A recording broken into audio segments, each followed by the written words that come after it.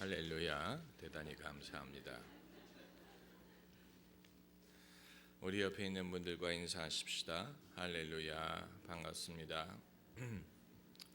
오늘 주신 하나님의 말씀은 시편 8편이 되겠습니다. 시편 8편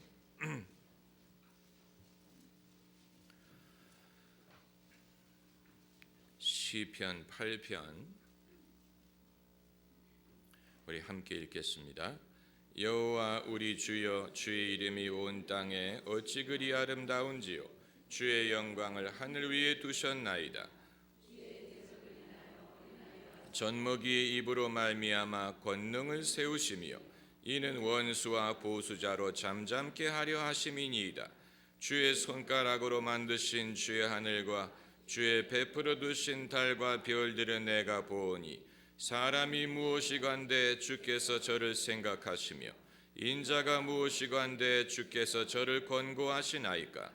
저를 천사보다 조금 못하게 하시고 영화와 존귀로 관을 씌우셨나이다. 주의 손으로 만드신 것을 다스리게 하시고 만물을 그 발 아래 두셨으니 곧 모든 우양과 들짐승이며 공중의 새와 바다의 어족과 해로에 다니는 것이니이다. 여호와 우리 주여, 주의 이름이 온 땅에 어찌 그리 아름다운지요. 아멘. 고난 중간인데 고난의 시편을 공부해야 되는 것이 아니냐? 그렇지 않습니다. 그럼 여러분이 고난 주간이라고 일부러 얼굴에 어두운 화장을 하고 다닙니까?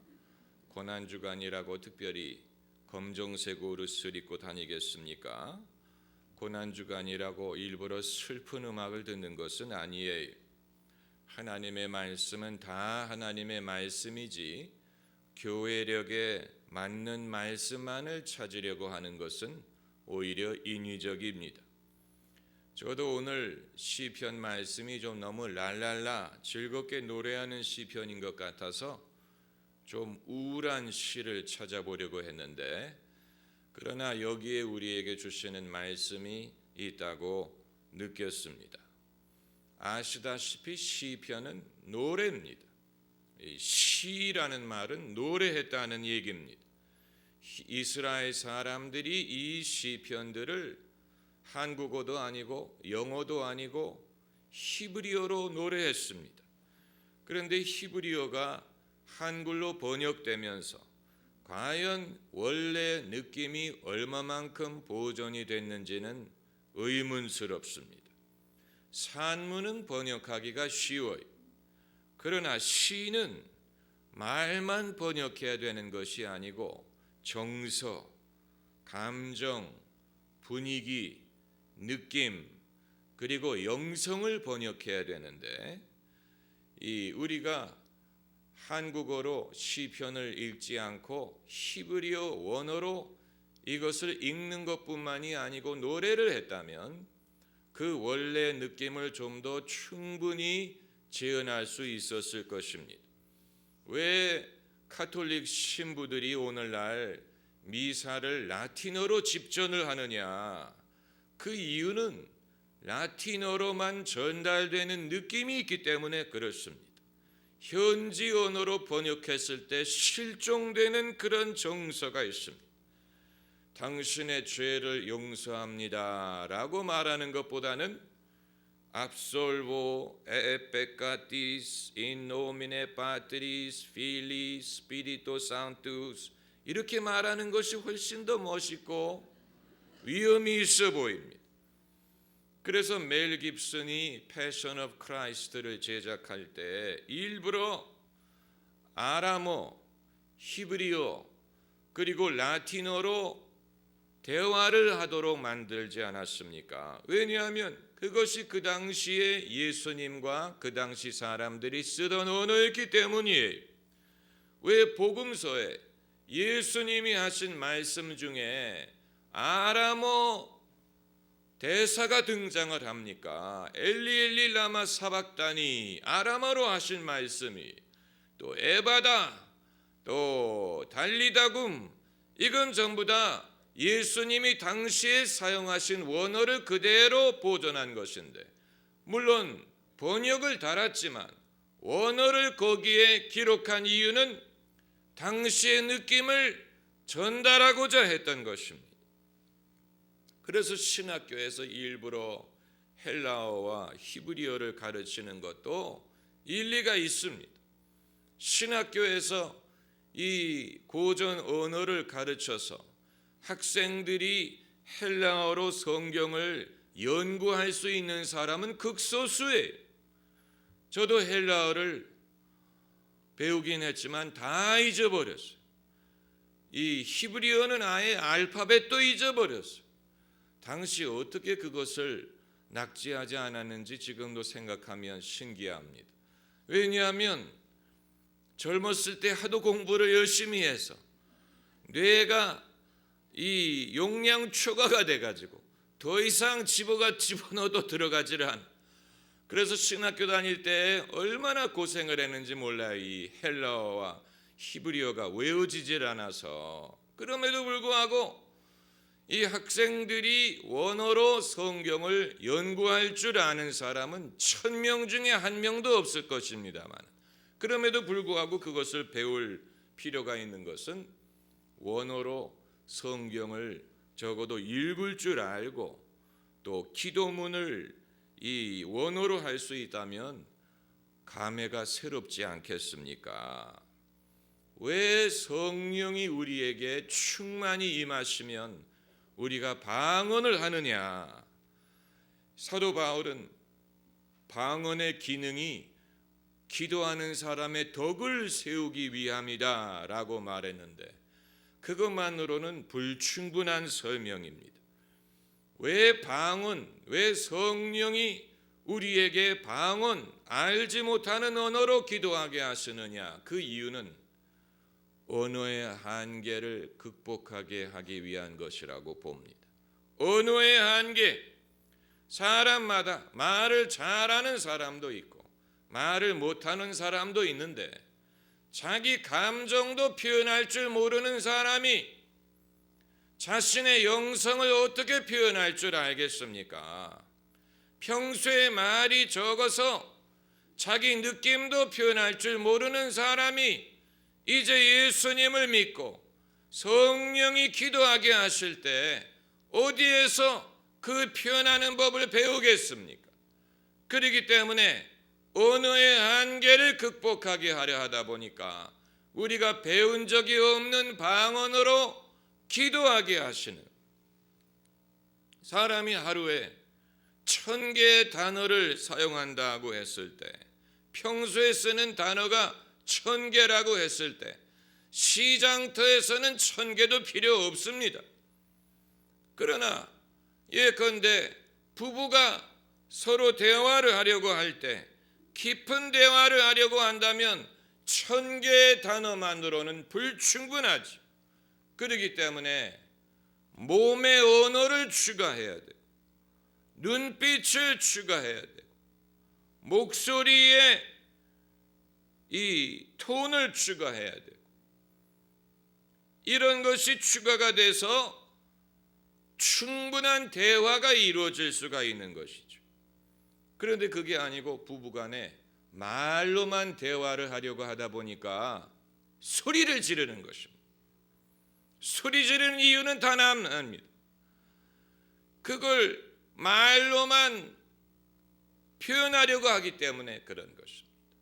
자녀의 손을 잡아주는 것도 대화고, 그 얼굴을 보고 눈이 마주치는 것도 대화고, 목소리에 높고 낮은 것도 대화고, 그것이 다 추가가 돼서 더 충분한 대화가 이루어지는 것인데, 그게 아니고 애는 자기 방에 있고 엄마는 부엌에서 말로만 대화를 하려고 하니까 너 숙제했냐? 목소리가 높아지는 것이죠. 인간과 인간의 대화도 그렇게 여러 가지 차원이 필요하다면 신앙의 대화는 오죽하겠습니까? 신앙의 대화, 영성을 표현한다, 영적인 감흥을 표현하는 데는 우리 모두가 능력이 부족합니다. 무슨 말을 한들 영적인 감동을 표현할 수가 있겠습니까? 그래서 더 충만한 영성을 표현하게 하기 위하여 성령이 우리에게 방언으로 말을 함으로 언어의 한계를 건너뛰게 하시는 것입니다. 그런데 이론적으로 생각을 했을 때 방언이 필요 없는 사람은 누구냐? 언어의 능력이 탁월한 사람은 방언이 없어도 될 수도 있습니다. 언어의 능력이 탁월해서 자기의 느끼는 것을 그대로 말할 수 있는 사람이 있다면 굳이 방언을 이용하지 않고서도 자신의 감흥을 말할 수 있을 것입니다. 예수님은 모든 성령의 은사를 사용하셨는데 예수님이 방언을 하셨다는 기록은 없습니다. 예수님이 왜 방언을 하지 않으셨을까? 방언이 없이도 충분히 당신의 신앙을 기도 중에 표현할 수 있었기 때문에 방언의 도움을 필요로 하지 않았는지도 모르는 것입니다. 그렇다고 예수님이 무슨 유식한 용어를 많이 쓰신 것은 아니에요. 반드시 사람이 어휘가 많고 유식한 말을 할 줄 알아야 자신의 느낌, 영적인 느낌을 표현할 수 있는 것은 아니에요. 만일 여러분이 느끼는 것을 그대로 표현할 능력이 있다면 굳이 방언을 사용하지 않아도 될지도 모릅니다. 저는 이 방언을 사용하는 횟수가 점점 줄어드는 것을 느끼는데 아마 제가 추측하기에 그 이유는 이제 제 말로 제 느낌을 표현할 수 있는 능력이 더 개발돼서 그런 것이 아닐까. 다시 말하면 기도할 때 제가 하고 싶은 말, 하나님께 제가 하고 싶은 말을 할 줄 아는 훈련이 더 됐기 때문에 굳이 방언을 사용하지 않고도 제 마음을 하나님께 쏟아놓을 수 있기 때문에 그런 것이 아닌가 그런 생각을 하는데 증명할 수는 없습니다만은 저는 개인 기도를 할 때 의도하지 않지만 개인 기도할 때는 아마 여러분 새벽 기도 시간에 제가 개인 기도하는 것을 들으시면 영어로 기도하는 것을 발견하실 것입니다. 제가 의도해서 그런 것이 아니고 개인 기도할 때는 영어로 기도가 나와요. 그 이유는 제가 은혜를 받을 때 영어로 받았기 때문에 그렇습니다. 애초에 은혜를 받을 때 영어로 은혜를 받았기 때문에 그것이 저의 신앙의 모국어가 되었어요. 그리고 요즘에는 영어로 대화할 대상이 하나님밖에 없어요. 하나님이라고도 이 영어로 대화를 하지 않으면 영어를 쓸 일이 전혀 없는데 그건 2차적인 것이고 영어로 은혜를 받았기 때문에 제 영혼의 언어가 마치 컴퓨터를 세팅할 때 언어를 세팅하는 것처럼 제 영혼의 언어가 애초에 영어로 세팅이 되어 있었던 것 같아요. 그런데 그것은 이상한 것이 아닙니다. 여러분도 여러분의 영혼의 언어를 찾아야 됩니다. 왜 가톨릭 신부님들이 라틴어로 기도를 하느냐? 라틴어로 기도하는 것이 본인에게 은혜가 된다고 생각하기 때문에 그런 것입니다. 자기에게 은혜가 되는 언어, 자기에게 은혜가 되는 방식을 찾아야 됩니다. 이것이 소위 기도의 줄을 잡는다는 말이에요. 사람이 기도의 줄을 잡기 전에는 흡족한 신앙, 기도 생활을 할 수가 없습니다. 하나님께 해야 될 기도를 하지 않는 사람은 뭔가 허전하고 해야 될 일을 안 한 것 같은 느낌을 지울 수가 없습니다. 영적인 허전함, 뭔가 내가 해야 될 일을 하지 않은 숙제가 남아있는 것 같은 그런 느낌을 지울 수가 없습니다. 자기가 해야 될 기도를 충분히 하지 않는 사람은 늘 신앙적으로 뭔가 부족하다는 것을 스스로 느낍니다. 사람마다 기도의 줄을 잡는 법을 배워야 됩니다. 그런데 이제 이 오늘 본문뿐만이 아니고 시편을 공부하면서 왜 산문으로 말할 수 있는 것을 굳이 시로 말을 했을까? 이것은 같은 말이라도 그것을 노래로 했을 때 우리에게 주는 의미가 있고 하나님에게 전달되는 의미가 있기 때문에 그런 것입니다. 여러분, 말할 가치가 있는 말은, 말할 가치가 없는 것은 일고의 가치도 없고, 말할 가치가 있는 말은 가급적이면 아름답고 최선의 방법을 동원해서 할 필요가 있습니다.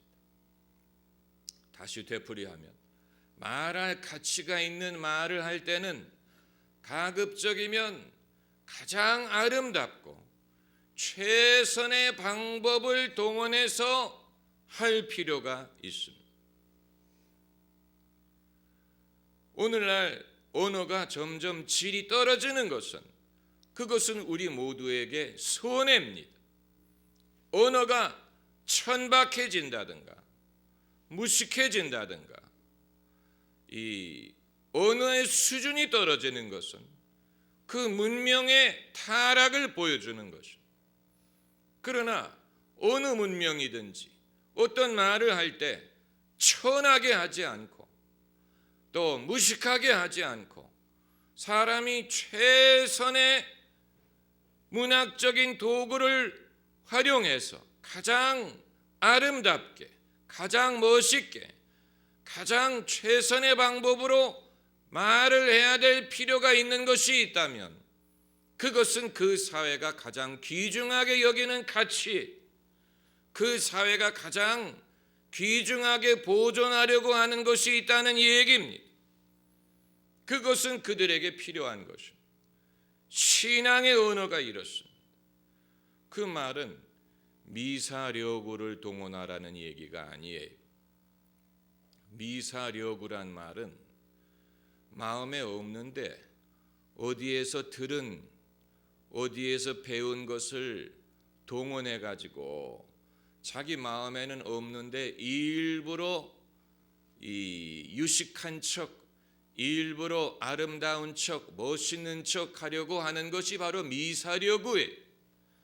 누구를 아첨의 말을 한다든가 마음에 없는 말을 할 때 일부러 듣기 좋게 만들기 위한 것이 미사려구. 우리의 신앙의 언어에 미사려구를 동원하라는 얘기가 아니에요. 그럼 가장 아름다운 말이란 무슨 말이냐? 우리 마음에서 우러나오는, 일단은 우러나오는 게 있어요. 예수님 말씀하시기를 나를 믿는 자는 그 배에서 무엇이 솟아나리라고 했습니까? 생수의 강이 솟아나리라. 나를 믿는 자는 그 배에서, 그 말은 속에서라는 말이, 그 속에서 생수의 강이 솟아나리라. 이것은 성령으로 말미암는 것인데 솟아나는 것이 없는 사람은 흉내낼 수가 없어요. 이것은 신앙이 좋은 사람에게 국한되는 것이 아니에요. 나를 믿는 자는 이라고 말씀하셨어요. 예수님을 믿는 사람이라면 초신자든 오래 믿은 사람이든 모태신앙이든 신앙이 뜨겁든 차갑든 예수님을 믿는 사람이라면 그 속에서 우러나오는 것이 있습니다. 성령이 그것을 하십니다.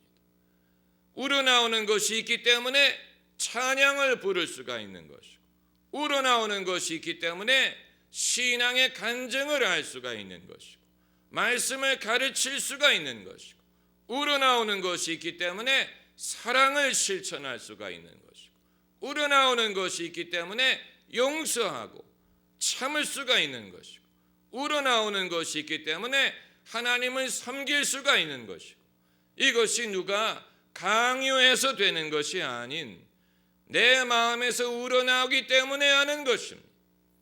어떤 이들은 교회에서 은혜 받고 집에 가다가 주차장에서 다 쏟았다 이렇게 말하는 사람이 있는데 그 사람은 우러나오는 것을 생각하지 않는 것입니다. 우러나오는 것이 있다면 예배당에서도 우러나오고 주차장에서도 우러나오고 직장에서도 우러나오는 것이지 교회에서만 겨우 뭔가를 받아가지고 가다가 밖에서 쏟을 수 있는 것이 아니에요. 그것을 알아야 됩니다. 우러나오는 것은 산에서나 들에서나 예루살렘에서나 사마리아에서나 어디서나 가능한 것이죠. 요즘에 많은 성도들이 그것을 좀 깨달아야 됩니다. 교회는 더 거룩하고 교회 밖은 세속적이라는 생각을 버려야 됩니다. 이 모든 하늘과 땅은 하나님이 지으신 것인데 어찌하여 어떤 장소는 더 신령하고 어떤 장소는 더 세속적이라고 말할 수 있습니까? 다 하나님이 만든 거예요. 다 하나님이 계십니다. 하나님은 모든 곳에 계십니다. 할렐루야. 우리는 하나님을 모든 곳에서 느낄 수 있습니다. 길을 걸어가다가 하나님을 느낄 수 있고 학교에서 하나님을 느낄 수가 있고 하나님은 모든 곳에 계십니다. 우리는 하나님을 모든 곳에서 경험할 수 있습니다. 바울이 다메섹으로 가는 길에서 예수님을 만났어요. 그곳에 하나님이 계셨어요. 야곱이 하란으로 가다가 베델에서 하나님이 그에게 나타나셨어요. 그래서 그가 말하기를 하나님이 과연 이곳에 계시건만 내가 알지 못하였도다. 놀랍도다 두렵도다 이곳이요 이곳은 하늘의 문이로다. 돌을 베개로 하고 자는 곳에서도 하나님이 나타나시고 거기가 하나님의 전이요 하늘의 문이다. 놀라운 신앙의 고백이 아닙니까? 그러므로 가급적이면 아름답게 말할 필요가 있다는 말은 미사력을 동원하라는 말이 아니고 마음에서 우러나오는 그 말, 마음에서 우러나오는 말을 솔직하게 최선을 다해서 표현하노라면 그것이 아름다운 표현이 됩니다. 이보다 더 좋을 수는 없다라는 영화가 있었지요. 이 주인공 잭 니콜슨이 여자에게 사랑을 표현할 때 뭐라고 말하냐면 당신을 만난 후에 나는 약을 복용하기 시작했다 이런 말을 합니다. 그냥 들으면 그게 무슨 사랑의 표현이나 이렇게 생각하겠지만 그 주인공이 강박증 증세가 있어요. 그래서 하루에도 수십 번 손을 씻어요. 손을 씻을 때마다 새로 비누를 열어가지고 한 번 쓰고 버립니다. 길을 걸어갈 때에도 보도블락이 서로 맞닿는 부분을 밟지 않으려고 골라가면서 이렇게 걷습니다. 강박증이. 그런데 의사가 처방해준 약을 먹으면 증세가 완화됩니다. 근데 평소에는 그 약을 먹지 않았어요. 그러다가 그가 이 여성을 만난 후부터 약을 먹어야겠다 하는 생각을 하게 되고 약을 먹기를 시작했어요. 다시 말하면 사랑하는 사람이 생긴 후에 내가 나야 되겠다라는 의지가 생긴 거예요. 이전에는 나야 될 필요를 못 느꼈어요. 그렇기 때문에 이 사람에게 내가 당신을 만난 후부터 약을 복용하기 시작했다라는 말은 대단한 사랑의 표현이에요. 당신을 만난 후에 나는 더 좋은 사람이 될 필요를 느꼈다는 얘기, 살 이유를 발견했다는 얘기. 여러분 이것이 아름다운 표현 아닙니까? 이게 무슨 미사력을 동원한 것입니까? 어디에서 읽은 말을 인용한 것입니까? 아니지요. 자신의 마음에서 우러나는 말을 정직하게 말한 것인데, 이것은 미사려구가 말할 수 없는 큰 그런 사랑을 표현한 것입니다. 이 요즘 사람들이 모든 인터넷을 통해서 볼 건 다 보고, 이제 볼 건 다 보고 읽은 거 다 읽고 모르는 것이 없는 시대가 됐기 때문에 이런 세대를 위하여 새로운 소재의 영화를 만든다는 것이 극히 어렵다고 말합니다. 사람들이 이미 볼 건 다 보고 다 알기 때문에 이들을 놀랍게 할 만한 새로운 소재의 영화나 소설을 만들기가 극히 어렵다고 하는 거예요. 그래서 사람들이 영화를 보다가도 저건 어디서 빌려온 거다, 저건 어디서 써먹은 수법이다, 다 안다는 거예요. 그래서 그런 사람들을 대상으로 어떤 새로운 영화를 만드는 것이 굉장히 어렵다라고 말하는데, 그건 창의력이 없다는 얘기입니다. 만약에 그렇다면 요즘에 누가 설교를 할 수 있겠습니까?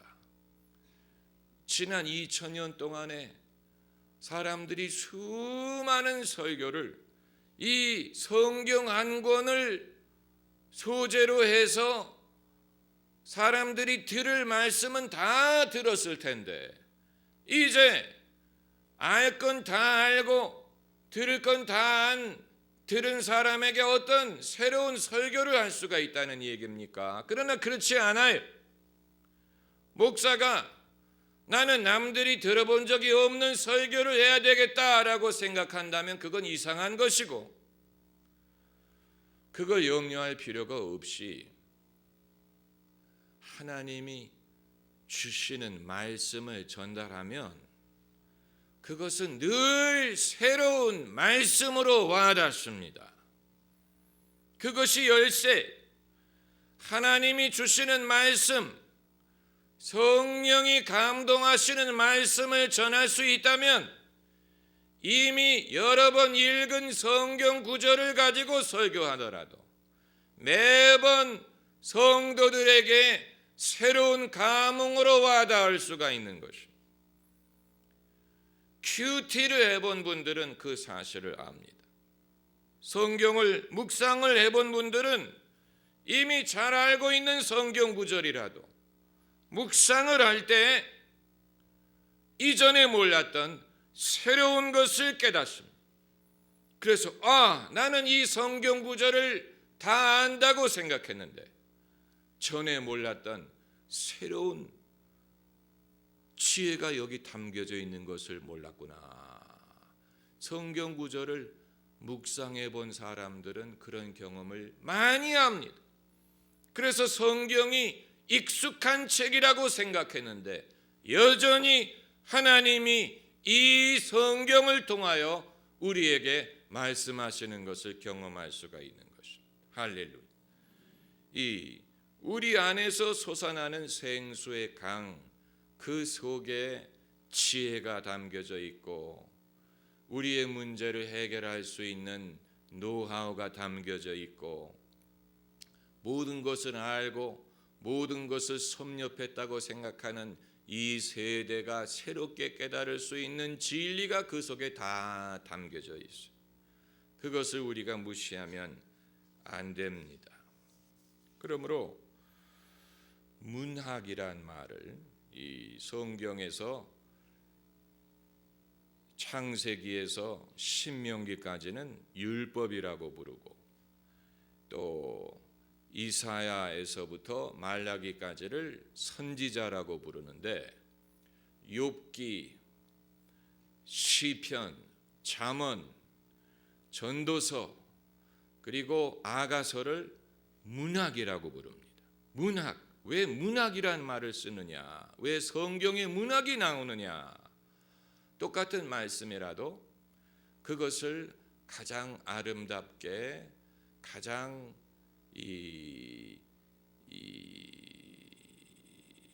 최선의 방법을 동원해서 말을 하고자 하다 보니까 자연히 문학이 발달하게 되었다는 것입니다. 음악을 신앙과 떼서 생각할 수 없지 않습니까? 기독교인들은 찬양하는 사람들이기 때문에 음악을 제외한 예배를 상상할 수가 없어요. 음악은 우리 안에서 우러나오는 예배, 찬미를 우리가 표현할 때 음악이 되는 거예요. 음악. 마찬가지로 하나님을 찬미하고 하나님에게 우리의 마음을 쏟아놓을 때 그것을 표현하는 것이 문학이 되는 거예요. 문학. 오늘 본문 말씀은 그냥 말로 해버리면 아주 싱거울 수밖에 없는 말입니다. 그러나 노래로 할 때는 싱겁지가 않아요. 노래의 능력이 거기에 있습니다.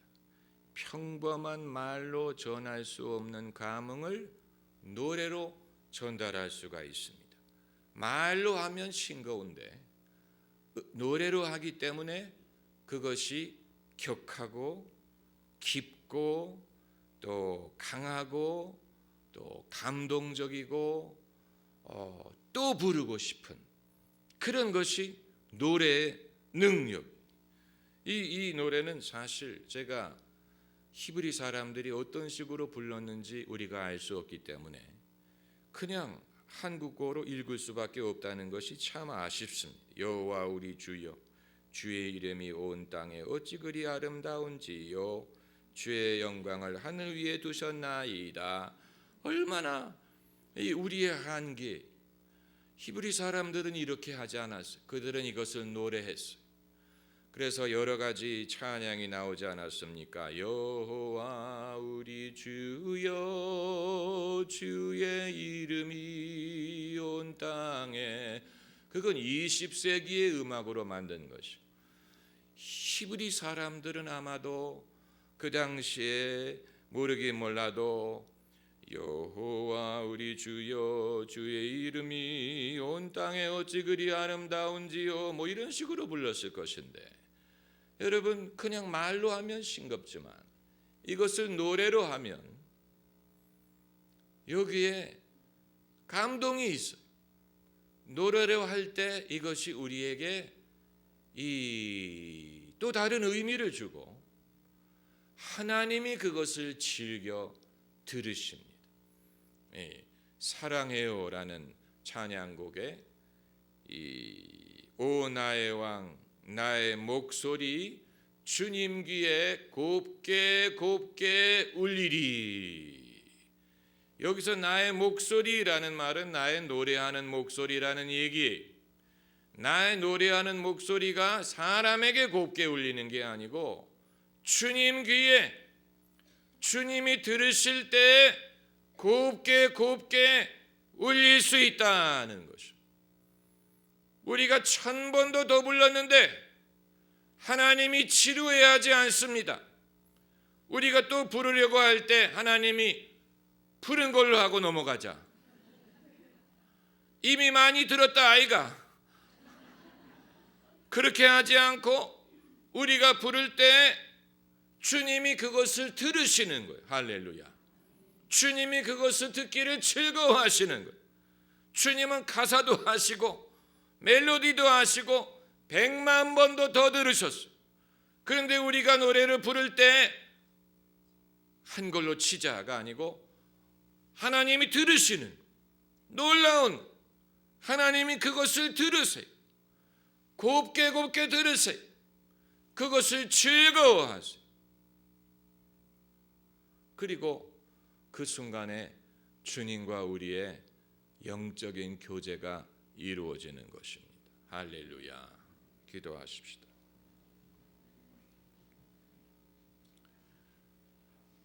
오 나